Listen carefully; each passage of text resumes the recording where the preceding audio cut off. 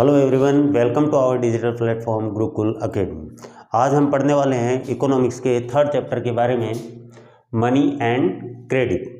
ठीक है, इस चैप्टर में हम मनी और क्रेडिट के बारे में पढ़ेंगे। पिछले हमने क्लास में 2 चैप्टर क्लियर किए थे, फर्स्ट एंड सेकंड। आज हमारा थर्ड चैप्टर है मनी एंड क्रेडिट इकोनॉमिक्स का। ठीक है, ये इकोनॉमिक्स के बहुत ही छोटे छोटे चैप्टर हैं, बहुत ही मतलब इंटरेस्टिंग भी चैप्टर भी हैं, और ये तो बहुत ही अच्छा इंटरेस्टिंग टॉपिक है हमारा मनी एंड क्रेडिट, और ये बहुत ही मज़ा आने वाला है इसमें पढ़ने में।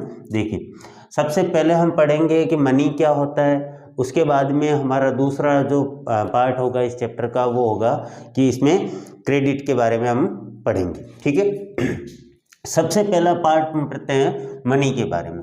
मनी क्या होता है? मनी है, मनी को हम क्या करते हैं, मीडियम ऑफ एक्सचेंज। जैसे हम देखते हैं, सबसे पहले हम एक एग्जांपल लेते हैं। दिन भर में हम बहुत सारे ट्रांजैक्शन करते हैं, कभी कुछ खरीदते हैं, कभी कुछ लेते हैं, कभी कोई सर्विस के लिए लेते हैं, कोई क्या करते हैं, तो उसके लिए में हमें पेमेंट करते रहते हैं। दिन भर में बहुत सारे ट्रांजैक्शन होते हैं, तो पैसे का हम कहाँ प्रयोग कर रहे हैं? एक मीडियम ऑफ एक्सचेंज। हम कुछ चीज़ लेके आते हैं, जैसे हम बिस्किट खरीद के लेके आ रहे हैं, तो उसमें हमें क्या दे रहे हैं, 5 रुपये दिए और एक बिस्किट लेके आए, तो उसमें हमें क्या करें, एक मीडियम ऑफ एक्सचेंज हो गया हमारे लिए। ठीक है, तो मनी क्या है? सबसे पहले आप देखो, money is a medium of exchange use to measure the value of goods and service. इसके द्वारा हम पैसे से हम क्या कर सकते हैं, मेजर कर सकते हैं कि गुड्स और सर्विस की वैल्यू क्या होगी। ठीक है, उसके बाद में हमारा नेक्स्ट है, हम बात करें नेक्स्ट, आगे देखो, money can easily assume the value of goods and service which to be exchange. और मनी ही एक ऐसा साधन है जिसके माध्यम से हम क्या कर सकते हैं कि उस गुड्स की और सर्विस की वैल्यू क्या है, उसको हम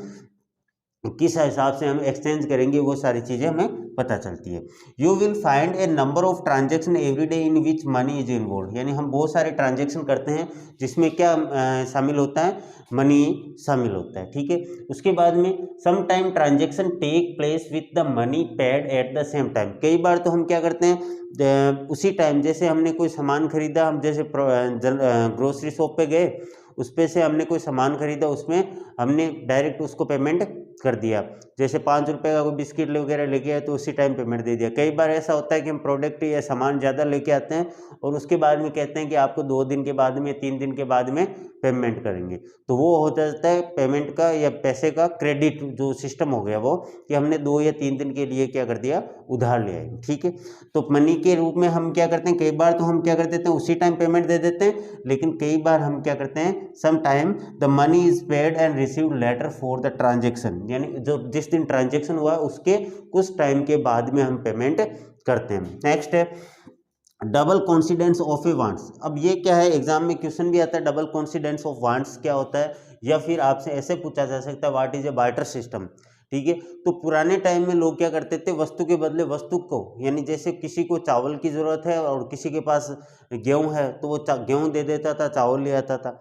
ठीक है, किसी को जूते लाने थे तो वो अनाज दे आता था, उसके पास अनाज है, अनाज दे देता था और वो जूते लेके आ जाता था। तो इस तरीके से वो वस्तु के बदले जो वस्तु एक्सचेंज होती थी, उसी को हम क्या बोलते थे, बार्टर सिस्टम। तो अब इसमें क्या हुआ कि दोनों की इच्छाएं पूरी होगी। जो एक मोची था वो चाहता था कि मेरी इच्छा क्या है कि मेरे पास खाने पीने के लिए अनाज आ जाए, और उसके लिए जो किसान आदमी था उसके पास में क्या, उसकी क्या इच्छा थी, उसकी इच्छा ये थी कि मेरे पास जूते आ जाए। ठीक है, तो दोनों की इच्छाएं थी, दोनों की इच्छाएं पूरी होगी, तो इस तरीके से उसी को कहा जाता है डबल कॉन्सिडेंस ऑफ वांट, यानी दोनों की अलग अलग इच्छाएं। At drawback of a barter system, exchange of a one thing with another. एक वस्तु के साथ दूसरी वस्तु का चेंज, एक्सचेंज ही क्या होता है, barter system. Mean the desire of a two people individual to exchange their goods with each other, so we can say that money play an intermediate role in a exchange of a goods.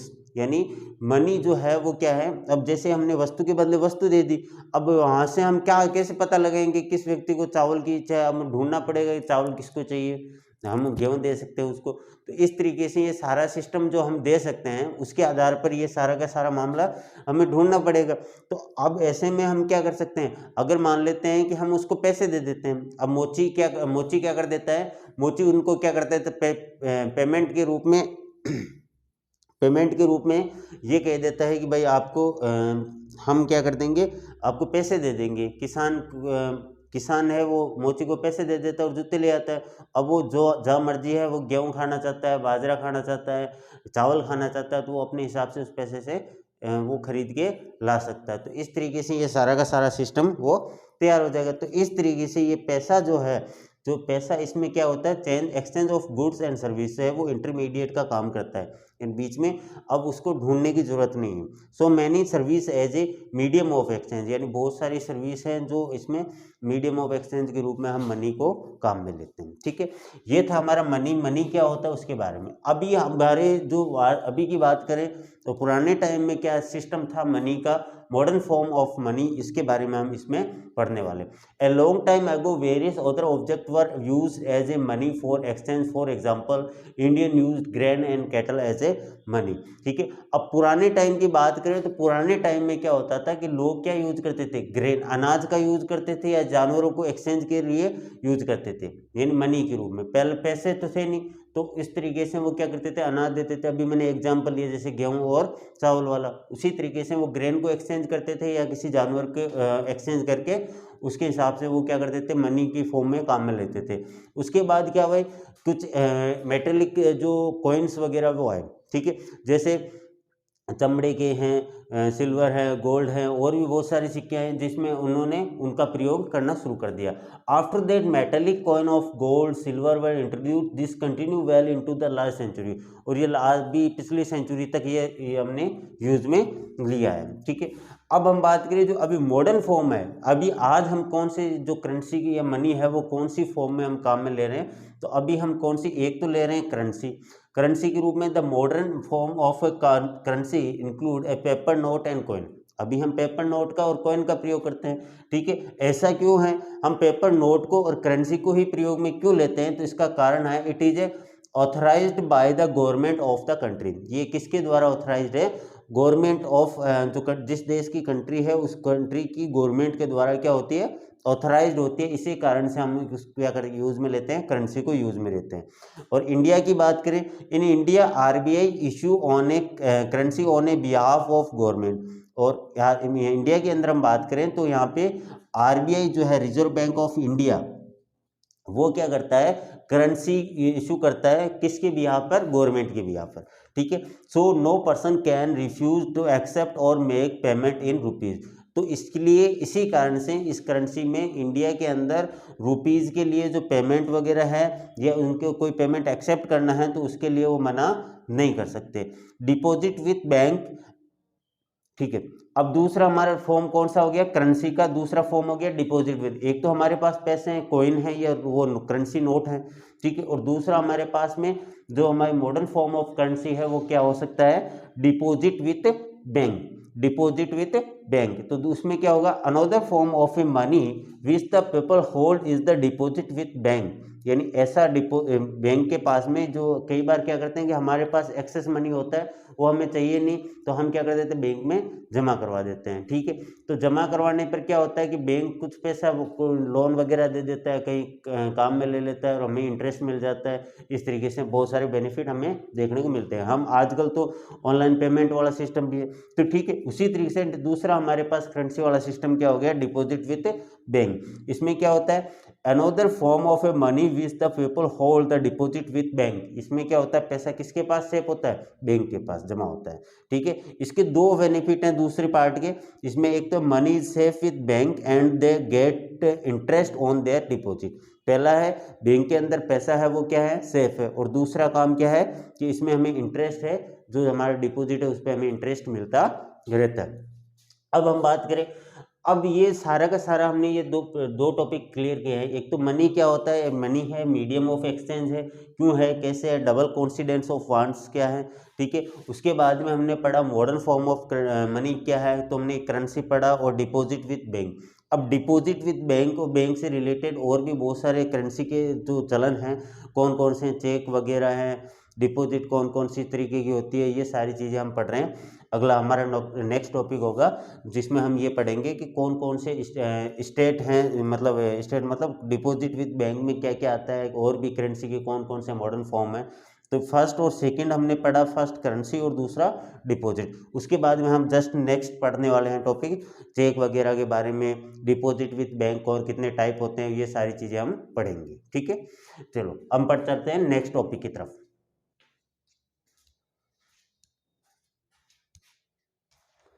अब हमारा topic है to type of deposits. ठीक है, अब deposits के बारे में हमने पढ़ा था करेंसी के दूसरे रूप में, एक करेंसी और एक डिपॉजिट विथ बैंक, वो भी क्या है, करेंसी का ही पार्ट है। ठीक है, तो दो प्रकार के डिपॉजिट होते हैं, कौन कौन से होते हैं, पहला डिमांड डिपॉजिट और दूसरा होता है टाइम डिपॉजिट। ठीक है, डिमांड डिपॉजिट क्या होता है, people can withdraw their money at any time when they demand for it, यानी जब भी लोगों को डिमांड होगी कि हमें पैसों की ज़रूरत है तो उस टाइम वो पैसे उस अकाउंट में से निकाल सकते हैं। ठीक है, उसको बोलते हैं डिमांड डिपॉजिट। ठीक है, दूसरा होता है time deposit, people can withdraw their deposit money only after fix period of time, एक पीरियड ऑफ टाइम के बाद में ही वो क्या निकाल सकते हैं, इसमें से पैसा निकाल सकते हैं। लेकिन डिमांड डिपॉजिट में तो जब जब मर्जी हो, जब डिमांड होगी तब निकाल सकते हैं, लेकिन एक फिक्स टाइम के लिए 2 साल, 1 साल, 6 महीने, 5 साल, 7 साल, उस तरीके से वो टाइम डिपॉजिट, जैसे एफडी वगैरह होती है, हम तो कभी उसमें 2 साल के लिए एफडी करवाते हैं, 3 साल के लिए, तो वो किस में आ जाएगा, टाइम डिपॉजिट के अंदर। ठीक है, तो ये दो प्रकार की हमारे पास डिपॉजिट होती है, पहली है डिमांड डिपॉजिट और दूसरी होती है टाइम डिपॉजिट। ठीक है, डिमांड डिपॉजिट में हम पैसा कभी भी निकाल सकते हैं, लेकिन टाइम डिपॉजिट में हमें एक फिक्स ऑफ टाइम के बाद में हम उसको पैसा निकाल सकते हैं। समझ में आ गई बात, इसमें इंटरेस्ट कम मिलता है लेकिन इस पर इंटरेस्ट ज़्यादा मिलता है। ठीक है, अब उसके बाद में हम बात करें चेक। चेक क्या होता है, ये 1 मार्क्स के क्वेश्चन आते हैं एग्जाम में, कौन कौन से डिपॉजिट होते हैं, टाइप ऑफ डिपॉजिट्स, और उसके बाद में चेक के बारे में डेफिनेशन पूछ ले। ठीक है, ये सारी चीज़ें आपको मतलब छोटे छोटे क्वेश्चन है ये। ठीक, अब ये 2 टाइप ऑफ डिपॉजिट क्लियर हो गया। उसके बाद में चेक। चेक क्या होता है कि हमारे पास एक कागज़ होता है, कागज़ का ही टुकड़ा होता है, लेकिन उसको हम जिस व्यक्ति के नाम से होता है उसको अगर वो अपने कहीं पे बैंक अकाउंट में लेता है, लगाता है, जैसे मेरा एक एग्जाम्पल से समझो, ए नाम का व्यक्ति है, एक बी है, ए ने 5,000 का चेक दे दिया बी को, 5,000 रुपीज़ का। ठीक है, अब ये इसको दे देगा, एक कागज़ दे देगा और उस पर ये बैंक को क्या कर देगा, बैंक में ये ले जाके जमा करवाएगा, तो इसके अकाउंट में से पैसे कट के इसके अकाउंट में ऐड हो जाएंगे। तो ये तो होता है चेक। तो बस चेक क्या है, a paper of instructing a bank to pay a specific amount from the person account to the person whose name the cheque has been issued, यानी जिसके अकाउंट जिसके अकाउंट से वो चेक मतलब चेक बुक है ना, उसके अकाउंट की, जैसे एक ही थी तो जिसके अकाउंट से दूसरे के अकाउंट में जिसके नाम से वो चेक काटा गया है, जिसके वो उसके अकाउंट में पैसे जमा होना है, वो एक क्या है, पेपर इंस्ट्रक्टिंग जो है, पेपर ये इंस्ट्रक्ट करता है बैंक को कि इसके अकाउंट से पैसे निकाल के आप इसके अकाउंट में ये जमा करना है, डिपॉजिट करना है, तो वो क्या हो गया, चेक। समझ में आ गई बात। उसके बाद बैंक इसके बाद में भी और फैसिलिटी अवेलेबल करवाता है, जैसे bank also provide the facility of a debit card, credit card, जिसके द्वारा हम क्या कर सकते हैं, through which you can make the payment online instantly without the use of any cash of cheque.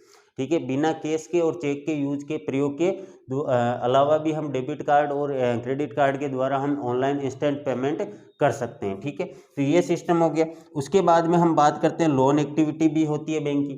ठीक है, बैंक के लोन एक्टिविटी में क्या होता है कि हमारे पास जैसे हम सभी लोग बैंकों में पैसे जमा करवाते हैं, उसके बाद में क्या होता है, कुछ पैसा है जो बैंक है अपने पास रख लेता है कि ये है इतना, कम से कम इतने लोग दिन भर में या आते हैं पैसे लेने के लिए, और बाकी जो एक्सेस मनी पड़ा रहता है वो क्या कर देती है, बैंक लोन दे देती है। ठीक है, तो लोन एक्टिविटी में क्या होता है, देखो, bank keep only A small portion of A deposit money with them in the form of cash, यानी कैश के रूप में केवल कुछ ही पैसा वो अपने पास रखता है। लगभग वो जैसे रेट ऑफ उसकी कितनी है, रेट 15% है। ठीक है, अभी 15% पैसा जो बैंक के पास है वो क्या रखता है, कैश के रूप में रखता है। क्यों ऐसा क्यों रखा जाता है, ऐसा इसलिए होता है कि it is assume that on a particular day some people can come to withdraw their money but they add all will not come to withdraw all their money at the same time, only a small portion of deposit from them is enough for bank।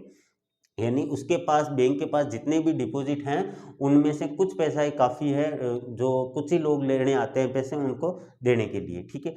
जो पैसे सारे हैं, अब जैसे मान लो आपने ए व्यक्ति ने कुछ पैसे जमा करवा रखे हैं अकाउंट में, तो वो सारे पैसे निकलवाने तो आएगा नहीं, कुछ पैसे वो निकलवाने आएगा। तो बाकी इसी तरीके से बैंक मानता है, ऐसा मानता है कि कुछ ही लोग हैं जिन्होंने डिपॉजिट कर रखा है, वो कुछ ही लोग हैं जो पेमेंट लेने यहाँ पे पैसे निकालने आएंगे। तो इसलिए वो 15% आपको, ये वाला 15% आपको बैंक हमेशा कैश के रूप में रखता है, ठीक है। उसके बाद में हम बात करें, अब ये क्या सर करता है, क्या इसके पैसे का जो एक्सेस मनी है उसका क्या करता है, फिर वो उसका क्या करता है, देखो उसका करता है the remaining portion of this money is use to extend loan. यानी इससे क्या कर देता है, बैंक लोन दे देता है, ठीक है, जिनको जरूरत होती है, जिनके पास अब पैसे कम हो। तो इस तरीके से ये क्या हो गया, अब डिपॉजिट जिनके पास ज़्यादा पैसा होगा वो तो वहाँ बैंक में डिपॉजिट करवाएंगे, ठीक है। अब जब ज़्यादा पैसा है, डिपॉजिट करवा रखा है, तो अब उसके पास में कुछ लोग ऐसे भी होंगे जिनके पास पैसे नहीं है, तो उनको कभी अपनी जो रिक्वायरमेंट है उनको फुलफिल करने के लिए वो क्या करेंगे, बैंक से लोन लेंगे। तो लोन लेने के लिए बैंक इस तरीके से ये लोन ले देता है इन एक्सेस मनी का, ठीक है, लोन देता है। उस लोन के अंदर क्या होता है, बैंक इस तरीके से bank use these deposit to fulfil loan requirement of people. यानी लोगों की जो रिक्वायरमेंट है, लोन रिक्वायरमेंट, उनको फुलफिल कर देता है इस डिपॉजिट के माध्यम से, ठीक है। इस तरीके से ये बैंक क्या हुआ, in this way bank also work as a link for those who have a surplus fund. यानी जिसके पास बहुत ज़्यादा पैसा है, यानी depositors, and those who have need to these fund, यानी जिनको ज़रूरत है इस फंड की, बोरोवर यानी उधार लेने वाले, लोन लेने वाले, ठीक है। तो इन दोनों के बीच में बैंक क्या कर देता है, एक लिंक का काम कर देता है, इंटरमीडिएट का काम करता है। Bank charge a higher interest rate on loan than the what they offer to depositor. यानी डिपॉजिटर ने जितने पैसे जमा करवाए उनको जो बैंक ब्याज देता है उससे ज़्यादा ब्याज वो क्या लेता है, लोन देने वालों से। और इन दोनों का जो डिफरेंस होता है, ठीक है, वो ही क्या होता है, बैंक की इनकम का सोर्स होता है, ठीक है।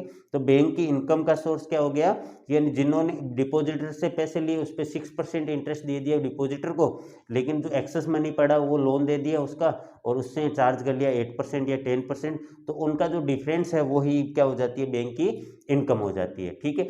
अब हमने इसमें क्या क्या पढ़ा है, इस टॉपिक के अंदर हमने ये पढ़ा है कि बैंक जो हमने डिपॉजिट विद बैंक के रूप में हम करेंसी रखते हैं, उसमें बैंक का क्या क्या काम होता है, क्या क्या नहीं होता है, छोटे छोटे क्वेश्चन हमने इसमें टॉपिक के अंदर कवर किए हैं, ठीक है। इसका आप क्या कर रहे हो, स्क्रीनशॉट ले लिया करें ताकि लिख लें और बाद में आप जब रिवीजन करना चाहें तो रिवीजन कर सकें, ठीक है। अब इसमें हमने पढ़ा है demand deposit, time deposit, type of deposit के बारे में। उसके बाद हमने पढ़ा चेक के बारे में। चेक क्या होता है, एक इंस्ट्रूमेंट होता है, पेपर, जिसमें ये बताता है कि बैंक को ये बताता है कि आप इसके अकाउंट से पैसे निकाल के इसके अकाउंट में, जिसके नाम से वो चेक है उसके अकाउंट में पैसे जमा करने हैं। उसके बाद में डेबिट कार्ड और क्रेडिट कार्ड, जिसके द्वारा हम ऑनलाइन इंस्टेंट पेमेंट कर सकते हैं। और उसके बाद में बैंक का लोन एक्टिविटी वाला होता है। लोन एक्टिविटी क्या होती है, बैंक के पास डिपॉजिट के रूप में बहुत ज़्यादा मात्रा में पैसा आ जाता है, तो वो बैंक क्या करता था, कुछ पोर्शन तो ऐसा रखता है अपने पास। क्यों रखता है, उसका कारण ये है कि वो बैंक ये सोचता है कि हमारे पास है जो सारे, जो जितने लोगों ने डिपॉजिट कराया सभी लोग पैसे निकलवाने नहीं आएंगे, लेकिन कुछ लोग हैं वो पैसे निकलवाने के लिए आ सकते हैं। तो इस तरीके से वो बैंक कुछ पैसा अपने पास रखता है, और जो एक्सेस मनी है डिपॉजिट के रूप में उसका क्या कर देता है, एक्सटेंड कर देता है लोन के रूप में, लोन दे देता है लोगों को। तो इस तरीके से बैंक जो है लोन रिक्वायरमेंट की को भी क्या कर देता है, फुलफिल कर देता है, ठीक है। उसके बाद में हम बात करें तो इस तरीके से ये जो लोन देने वाला सिस्टम है, इसमें क्या हो गया, ये एक लिंक का काम करता है बैंक किसके बीच में, डिपॉजिटर और बोरोवर। डिपॉजिटर जिसके पैसे ज़्यादा, सरप्लस फंड है, बहुत ज़्यादा पैसा है, वो उसने जमा करवा रखा है। बोरोवर जिसको बहुत ही कम फंड है उसके पास, उसकी ज़रूरत है, रिक्वायरमेंट है फंड के लिए, तो वो बोरोवर, ठीक है। तो अब इस तरीके से अब ये हो गया, दोनों के बीच में लिंक का काम करता है। Bank charge a higher interest rate on a loan than what they offer depositor and different, यानी इन दोनों का डिफरेंस ही क्या कहलाता है, इनकम, ठीक है। अब हम बात करेंगे इसके बाद में हमारे पास में होगा कि क्रेडिट सिचुएशन क्या होती है, क्रेडिट के अंदर क्रेडिट का फ़ायदा क्या होता है। अब लोन, ये बैंक का तो काम हो गया कि बैंक में हमारी करेंसी कैसी है, डिपॉजिट करेंसी और डिपॉजिट विद बैंक के आधार पर बैंक कैसे हमें हेल्प करता है, लोन कैसे देता है। अब हम पढ़ने वाले हैं कि ये लोन लेना वास्तव में क्रेडिट उधार लेना या उधार हमसे किसी से खरीदते हैं तो क्यों वास्तव में हमारे लिए फ़ायदेमंद है, नुकसानदायक है, वो सारी चीज़ें हम डिस्कस करेंगे। और उसके बाद में हम पढ़ेंगे कि क्रेडिट ऑफ टर्म्स, यानी अब ये जैसे लोन लेते हैं तो क्या क्या हमें जो टर्म्स है कंडीशन है वो फॉलो करनी पड़ेगी। ये सारी चीज़ें हम अब नेक्स्ट टॉपिक में पढ़ने वाले हैं। ठीक है, तो हमारा नेक्स्ट टॉपिक हम पढ़ते हैं। ठीक है,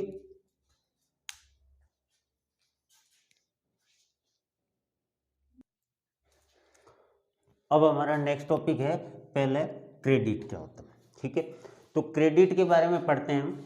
क्रेडिट क्या होता है? क्रेडिट का मतलब होता है उधार। ठीक है, a number of transaction in our daily life are that type in which money is to paid later, credit transaction. ठीक है, ऐसे हमारे बहुत से ट्रांजेक्शन होते हैं दिन भर में जिसमें हम ये कहते हैं कि हम बाद में पेमेंट करेंगे, इसका बाद में पेमेंट करेंगे, ये सारी चीज़ें, तो वो क्या हो गया? Credit transaction. ठीक है, जैसे मान लो कि आपने आसपास के कहीं शॉप पर गए, वहाँ से आपने कोई प्रोडक्ट लिया, एक कोई मान लेते हैं बिस्किट का पैकेट लिया और कहा कि मैं आपको कल या 2 दिन बाद में पेमेंट कर दूंगा, तो उसको कौन सा ट्रांजेक्शन बोलते हैं? क्रेडिट ट्रांजेक्शन, उधार हो गया। ठीक है, अब उसको so we can say that the credit is an agreement. अब क्रेडिट क्या हो गया? एक एग्रीमेंट हो गया। क्या हो गया? Whereby the seller of a good, जिसने सामान को जो गुड है उसको सेल किया है, एंड द सर्विस, सर्विस को सेल किया है, and sell his good and service, और buyer to the buyer with the promise to, यानी प्रोमिस कर रखा है उनके बीच में किस चीज़ का? पे फॉर इट लेटर, यानी इसके लिए हम बाद में पेमेंट करेंगे ऑन सम फ्यूचर डेट, यानी बाद में पेमेंट करेंगे, फ्यूचर डेट को पेमेंट करेंगे, वो क्या हो गया? क्रेडिट ट्रांजेक्शन हो गया। ठीक है, तो ये दोनों के बीच में क्या हो गया? एग्रीमेंट, सेलर और बायर के बीच में क्या हो गया? एग्रीमेंट के फ्यूचर में या फ्यूचर में किसी डेट को पेमेंट करने के लिए उन्होंने ये डेट फिक्स कर ली या डे फिक्स कर लिया, उसको बोलते हैं क्रेडिट ट्रांजेक्शन। समझ में आ गई बात? अब हम बात करेंगे, अब क्रेडिट सिचुएशन, मैंने अभी थोड़ी देर पहले ये बात की थी कि हमारे लिए अब कौन सा ये लोन लेना, बैंक से लोन अवेलेबल हो रहा था, तो अब लोन लेना फ़ायदेमंद है, नुकसानदायक है, उसके बारे में हम पढ़ने वाले हैं। ठीक है, तो मैंने 2 एग्जाम्पल के थ्रू इसको समझाने की कोशिश की है। देखिए, पहला है 2 डिफरेंट क्रेडिट सिचुएशन, 2 है। देखिए, पहला है मोहन है। मोहन एक शू मेकिंग कंपनी के अंदर काम करता है, यानी जूते बनाने का काम है इसका, और इसको 2000 जूते बनाने का ऑर्डर मिल गया। ठीक है, अगर वो इस ऑर्डर को टाइम पे बना के दे देता है, डिलीवर कर देता है, तो उसको अच्छा प्रॉफिट होगा। ठीक है, तो अब उसके पास समस्या ये आ रही थी कि रॉ मटेरियल, उसको क्या क्या चाहिए? एक तो रॉ मटेरियल चाहिए और एक एडिशनल वर्कर की ज़रूरत पड़ेगी। तो रॉ मटेरियल के लिए वो क्या करता है? लेदर के लिए किसी से बातचीत करता है और उनको कहता है कि जैसे मेरे को ये ऑर्डर मिला हुआ है जूते बनाने का, और उसके बाद में जैसे ये कंप्लीट हो जाता है तो मैं आपको पेमेंट कर दूंगा, इसलिए आप मुझे क्या अवेलेबल करवा दो? लेदर अवेलेबल करवा दो, मैं आपको पेमेंट बाद में कर दूंगा। क्रेडिट ले लिया उसने। उसके बाद में एडिशनल वर्कर के लिए क्या करे? जिस कंपनी से उसको ऑर्डर मिला है उसको, उसने क्या पेमेंट कहा कि आप मुझे थोड़ा सा एडवांस पेमेंट दे दो लोन के रूप में कैसे भी, तो उससे मैं क्या होगा कि मैं वर्करों को पेमेंट कर सकता हूँ, तो रॉ मटेरियल और एडिशनल वर्कर दोनों काम हो जाएंगे। और उसने फिर क्या कर दिया? काम हो गया दोनों का, यानी रॉ मटेरियल के लिए बाद में पेमेंट करने के लिए, और इसने एडवांस में ले लिया पैसा। उसके बाद में उसने ऑर्डर को डिलीवर कर दिया फिक्स टाइम पे और अच्छा प्रॉफिट कमाया। उसके बाद में लेदर वाले का पेमेंट कर दिया और एडवांस लिया था उसमें से वो काट लिया। ठीक है, तो इस तरीके से अब क्या हुआ? उसको मोहन ने भी अच्छा प्रॉफिट कमाया, जो ऑर्डर कंपनी ने किया था उसको भी टाइम पे ऑर्डर काम हो गया उसका, और उसके बाद लेदर वाले का भी लेदर सेल हो गया। तो तीनों हर तरीके से सभी को फायदा हुआ। ठीक है, और सबसे ज़्यादा मोहन ने अच्छा फायदा कमाया। ठीक है, तो इस तरीके से हम कह सकते हैं so credit play a vital role in advance above example. इस एग्जाम्पल के आधार पर हम कह सकते हैं कि क्रेडिट बहुत ही फायदेमंद चीज़ है। ठीक है, लेकिन अब दूसरा केस सिचुएशन देखो। दूसरे केस में राम एक किसान आदमी है और उसने कल्टीवेशन, खेती के काम के लिए, खर्चों के लिए कुछ पैसे उधार चाहिए, और वो कहाँ चला गया? मनी लेंडर के पास। और उसने क्या किया? मनी लेंडर के पास गया और उसने मतलब ऐसा एक्सपेक्ट किया कि मेरे की खेती में इतने फसल होगी, इस तरीके से मैं प्रोडक्शन होगा, उसके बाद में मनी लेंडर का पैसा चुका दूंगा। लेकिन इसके बाद में क्या हुआ कि उसने जो एक्सपेक्ट किया था या जिस हिसाब से उसने सोचा कि इतनी फसल हो जाएगी, उस हिसाब से फसल नहीं हुई, और वो अपने जो पैसा है वो नहीं चुका पाया। डोंट पे, उसने पे ही नहीं किया। तो इसमें क्या हुआ? अब उसको क्या करना पड़ेगा, अपने पैसे को चुकाने के लिए, जो उसने क्रेडिट लिया था उसको चुकाने के लिए उसको अपनी जो ज़मीन है उसका कुछ पार्ट है वो सेल करना पड़ेगा इस सेटलमेंट ऑफ लोन के लिए। ठीक है, तो इस तरीके से अब ये क्या हुआ कि उसको क्या हुआ, पैसा तो उधार मिल गया, उसने ठीक ढंग से ये सोचा था कि मैं काम करूंगा खेती में, ये प्रॉफिट होगा, इस तरीके से मैं ये पैसा कमा लूंगा, लेकिन उसके बावजूद उसने क्या किया कि वो डेब्ट में चला गया और उसकी ज़मीन का जो प्रॉपर्टी थी वो भी उसकी बिक गई। ठीक है, तो इस तरीके से क्रेडिट जो है दूसरे के अंदर क्या कर रहा है, credit can also push the borrower into the situation, ऐसी सिचुएशन के अंदर ले जा सकता है from which the recovery is a painful, यानी उसको रिकवर करना पेनफुल हो सकता है। अब इसकी ज़मीन चली गई, ठीक है, और यहाँ पे इसको कितना फ़ायदा हुआ क्रेडिट का, तो अब यहाँ पे हमें क्या हुआ कि यहाँ तो एक फायदा भी है तो नुकसान भी है। ठीक है, तो ये दोनों चीजें थी। ठीक है, क्रेडिट टू क्रेडिट सिचुएशन दोनों समझ में आई होगी आपको, दोनों क्रेडिट और क्रेडिट क्या होता है। अब हम पढ़ने वाले हैं इसमें क्रेडिट टर्म्स के बारे में, जो अपने नेक्स्ट क्लास में पढ़ेंगे, और उसके बाद में और भी इसमें क्रेडिट कौन कौन अवेलेबल करवाता है, फॉर्मल सेक्टर क्या है, इनफॉर्मल सेक्टर क्या है, ये सारे क्रेडिट जो हैं कहाँ कहाँ से मिलता है, कैसे कोऑपरेटिव सोसाइटी क्या होती है, वो सारी चीज़, सेल्फ हेल्प ग्रुप क्या होता है, ये सारी चीज़ें हम पढ़ेंगे नेक्स्ट क्लास में। आज की क्लास में इतना ही। Thank you.